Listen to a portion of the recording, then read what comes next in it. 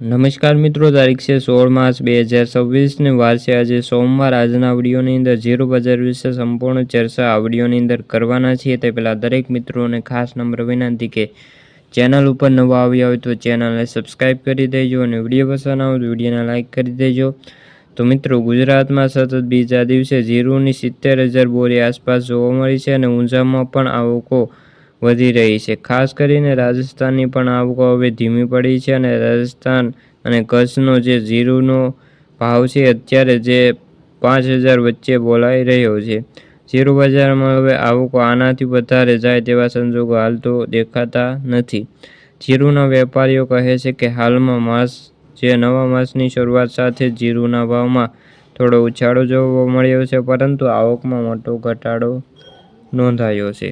ખાસ કરીને જીરુની આવકો પાછલા અઠવાડિયા કરતાં વધી છે, પરંતુ હવે આવકો નજીક પહોંચી હોવાથી વેપારીઓનું માનવું છે કે કોઈ સેન્ટરમાં આવકો હવે વધારો થાય તેવું, પરંતુ એવરેજ આવકો રહે તેવી મોટી શક્યતાઓ છે। છેલ્લા જીરુનો બેન્ચમાર્ક વાયદો છે 22,105ની સપાટી હાલ તો બોલાઈ રહ્યો હતો।